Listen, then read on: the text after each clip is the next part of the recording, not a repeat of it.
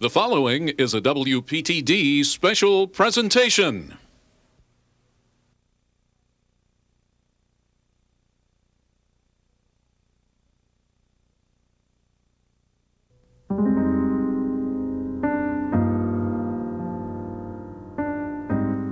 To even new residents of the Miami Valley, the skyline of downtown Dayton is instantly recognizable. Likewise, landmarks such as the Air Force Museum, the Dayton Art Institute, and even that wonderful gathering spot called Courthouse Square are all considered vital threads in the fabric of the community.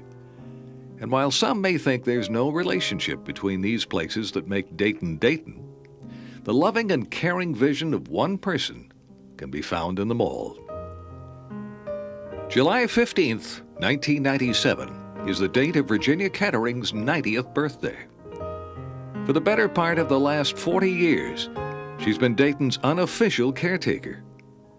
While fanfare has never been a priority for Mrs. K, their community couldn't allow this important birthday to go by unnoticed. One individual, one community, and yet our histories are as intertwined as family. It's 1907 in the fast-growing burg of Dayton, Ohio. A bright young engineer named Charles Kettering and his barn gang were experimenting with automobile self-starters. Kettering was also starting a family. His son Eugene was the first child born to Charles and his wife Olive. Unbeknownst to anyone in Dayton, just down the road in Bellevue, Kentucky, Virginia Weifenbalk was born. The connection between these events would have a profound impact on the Dayton we know today. Virginia was the only child of Clara and Norman Weifenbalk. Norman was an architect who moved his family to Dayton when Virginia was a child to start a tile and marble company.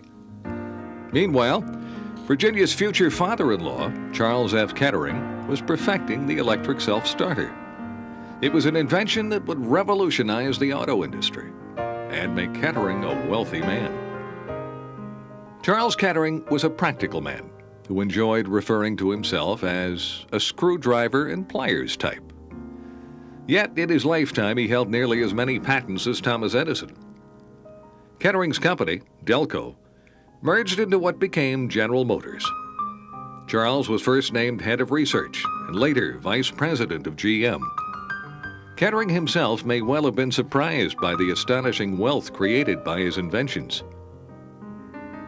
Eugene Kettering clearly inherited his father's mechanical aptitude, and the elder Kettering always encouraged his son to take things apart in order to see how they worked. Eugene and Virginia met at the experimental Moraine Park School. Established in 1917, the school's objective was to provide young people with an education that focused on practical application of theories. Charles Kettering, Edward Deeds, and Orville Wright were among the Moraine Park's early supporters. Kettering donated a large greenhouse on his Southern Boulevard property to house the school, stating that he'd rather raise kids than cucumbers anyway. The greenhouse classroom had a certain unique charm.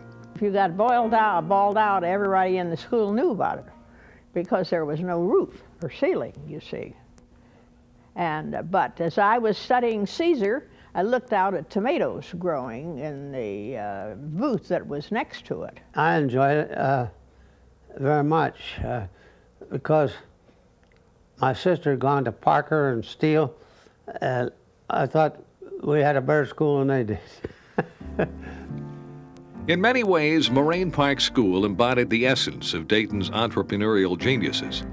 Self-taught, self-made millionaires who sincerely believed that invention and success had more to do with hands-on experimentation than traditional schooling.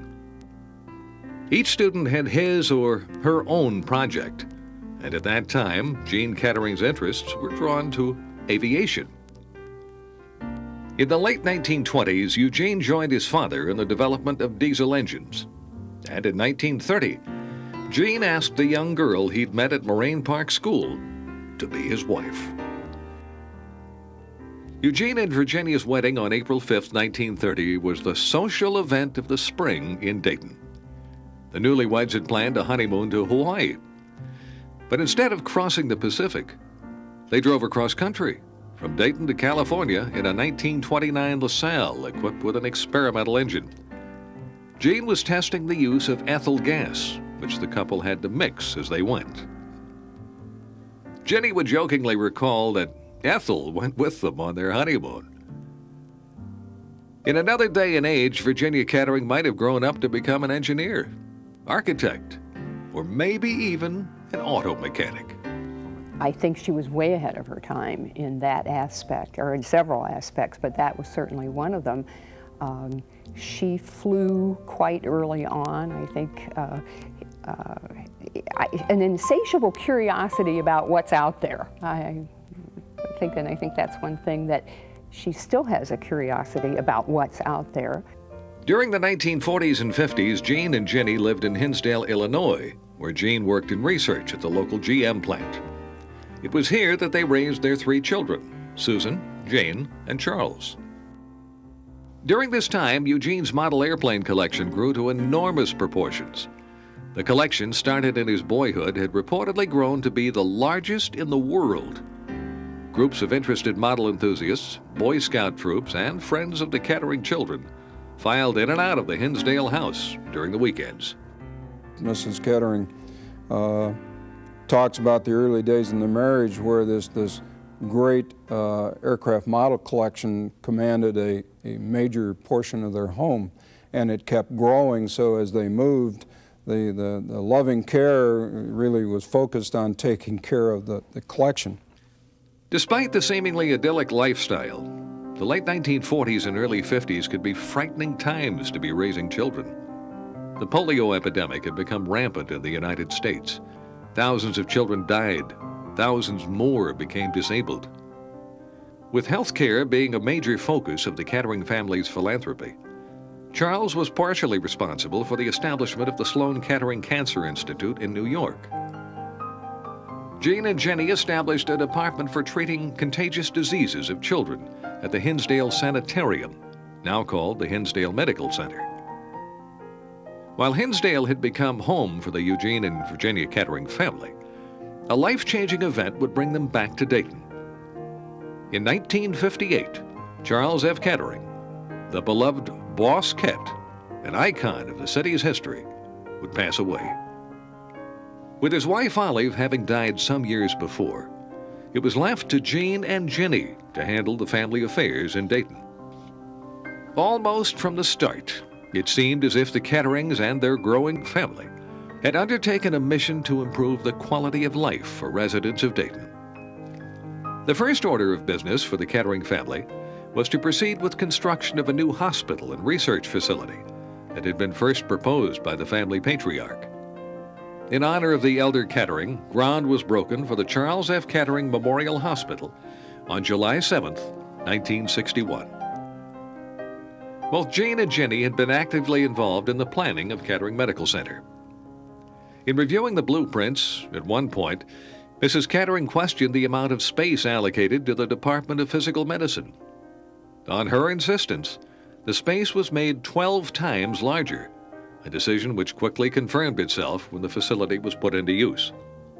There's an abiding interest in architecture. I think, I've always thought that nowadays, if she were a young woman of the 90s, that she might be an architect. That's what she's told people. From artwork to color choices, Virginia Kettering's design touches graced the facility. She suggested including a patient's library and insisted on smiling animals in the pediatric wing. The hospital shop was supplied in large part by gifts the Ketterings brought back from trips overseas. 25 years after their thwarted Hawaiian honeymoon, Gene took Jenny on a trip around the world. The Ketterings were free to explore and discover. I think they had a lot of fun. They went some exotic places early on, places that perhaps people travel to now, especially in the Far East, but were difficult to get to. perhaps difficult to find good accommodations in. I mean, she's told stories about some of the places they've stayed, and not exactly the luxury hotel that one might expect, because it was a trip that was for something else. It wasn't, and there was no luxury hotel there. We remember very well, because we looked up in our diary also, that we entertained them in Tokyo in 1962. We had just moved from Hong Kong in 1960, so we'd been there 2 years, and she was with Gene. They traveled a lot in Asia, as you probably know. They're very fond of Asia, very fond of the people, the art, and they used to come quite often. I think they came many times before. That's why she's got such a wonderful collection of Chinese and Japanese art. The Kettering's love of flying had not diminished over the years. In the 1960s, the two were heavily involved in building a permanent structure to house the United States Air Force Museum at Wright-Patterson Air Force Base. Eugene Kettering was adamant in his view that Dayton should be the home of the United States Air Force Museum, and with that commitment, he was the first chairman of the board of the Air Force Museum Foundation, and was one of the leading individuals to be involved in the fundraising for the first building on Wright Field. Eugene Kettering's efforts to raise the money for an Air Force museum would be successful. The famous model airplane collection would have a new and permanent home, and the Dayton area gained what many consider to be one of the finest museums of its kind anywhere. This is a world-class facility. It is the largest, it is the oldest military aviation museum in the world, and quite frankly, unabashedly, with all due modesty, I'll say it's the finest in the world. Much of what's in the museum is a result of their initial involvement and their continuing involvement. Dayton needs to understand, and this is the foresight, I think, that the Kettering family saw for Dayton. We have 1 million plus visitors a year come to Dayton to see the Air Force Museum. The economic impact of those visitors to this community in the range of $30 to $35 million a year. That's no small amount. As an economic impact, a boon to this city. I think that's magnificent. Unfortunately, Eugene Kettering would not live to see completion of the museum.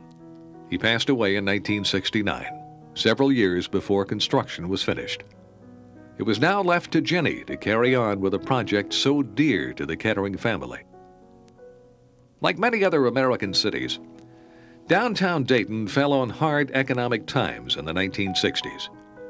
While vacant buildings and the parking lots grew in number during the 60s, Virginia Kettering was moving forward with bold plans for downtown. One of her efforts resulted in a proposal which eventually became the Courthouse Square Plaza. It didn't stop there. Determined to change the fate of Dayton's ailing downtown district, plans were initiated for the construction of a 30-story office complex on the site of the old Winters Bank building. And while it might have been easy for Virginia to bow out of this very public project after Eugene's death, she continued on. Today, the Kettering Tower is perhaps the most recognizable building in downtown Dayton. She built the tower at a time when many people discouraged her from doing that. And it represented quite a significant statement, a pledge of faith in downtown Dayton.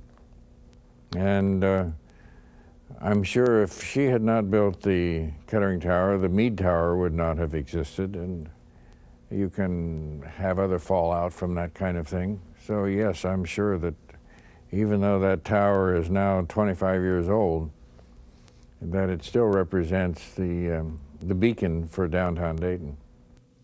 By this time, Mrs. K, as she was affectionately called, had a clear picture of what was needed in Dayton, and she worked tirelessly to light fires under other members of the community.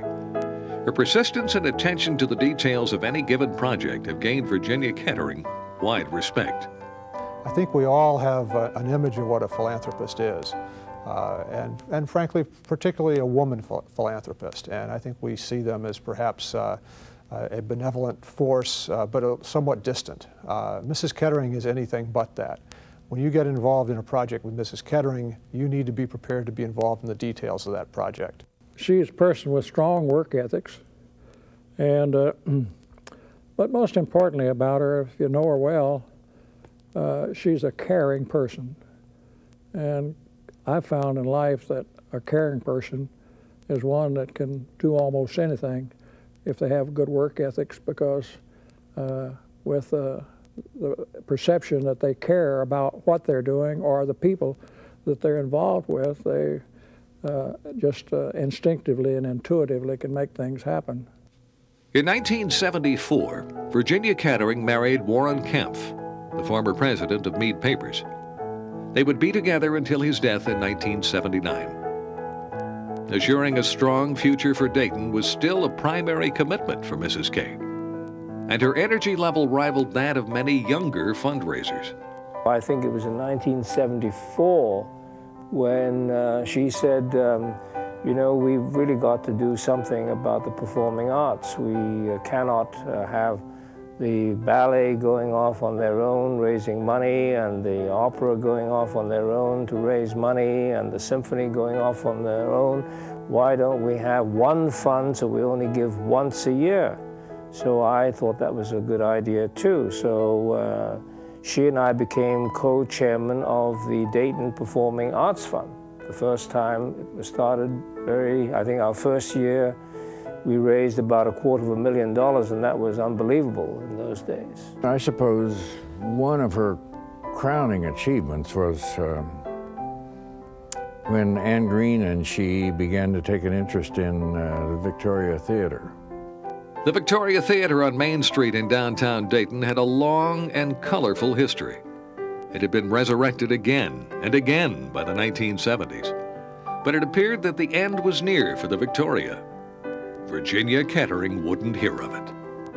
This was a decrepit downtown building that was about to be leveled to become a parking lot, one of our anonymous multitude of parking lots.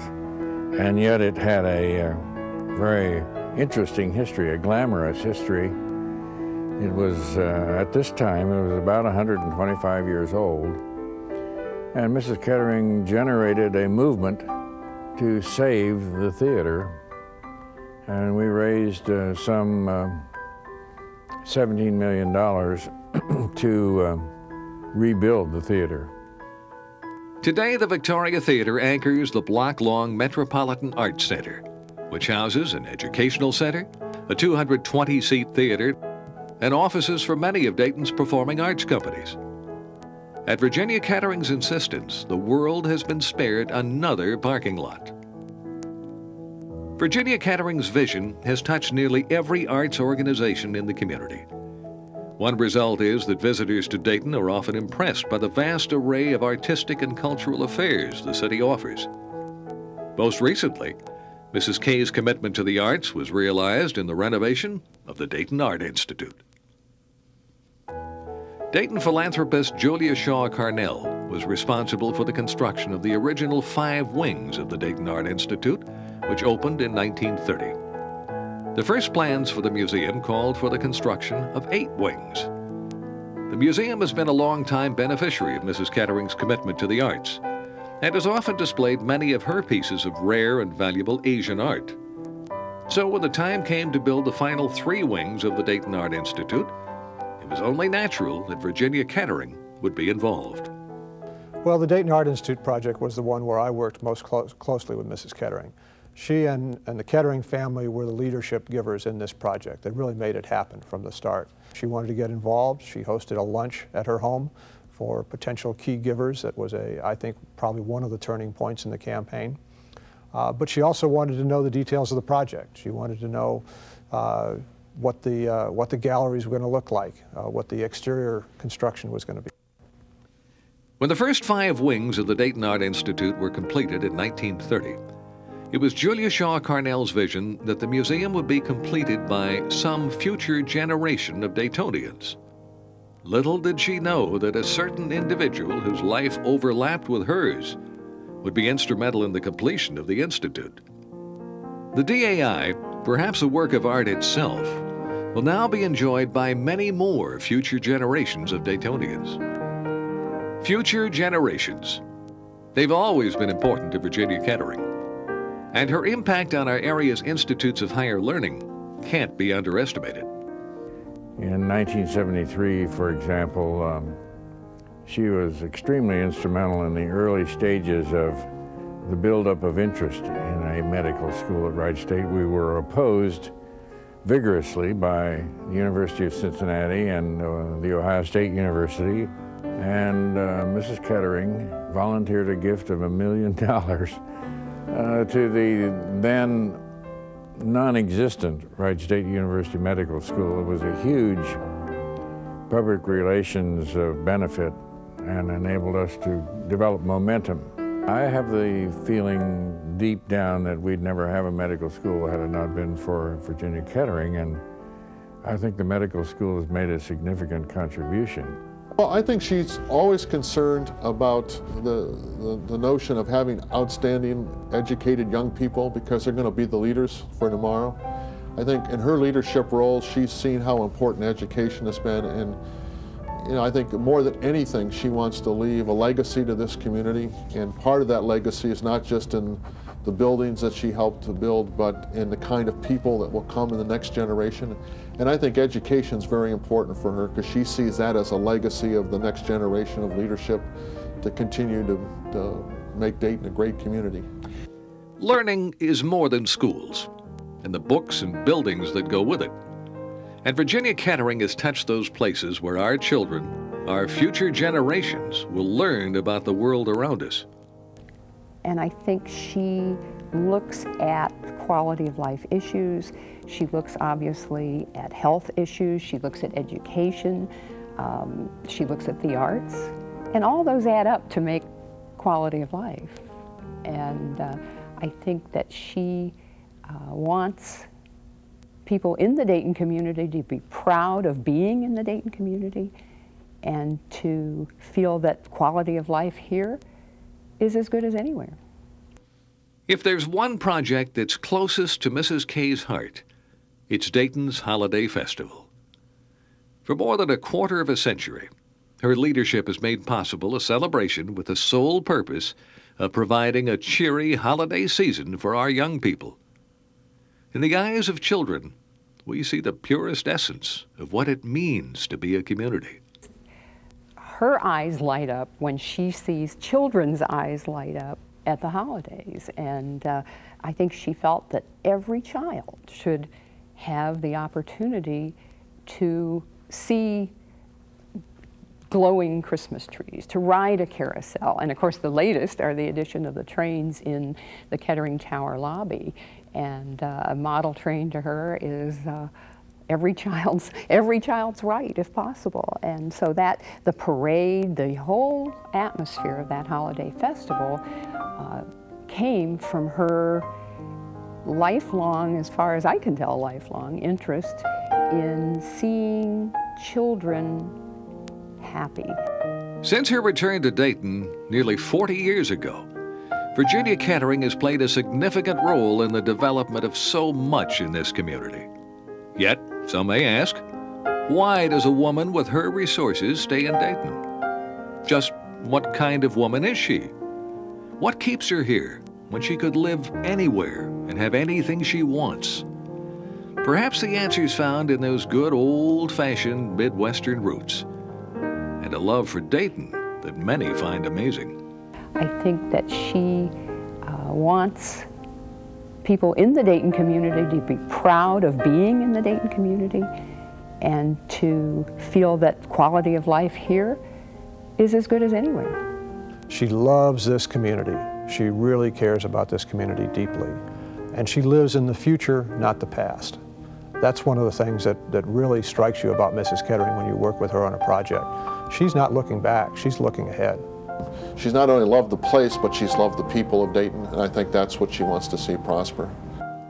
For many years, Virginia Kettering has carried with her a quote from Charles Kettering, a man who has held her unwavering respect.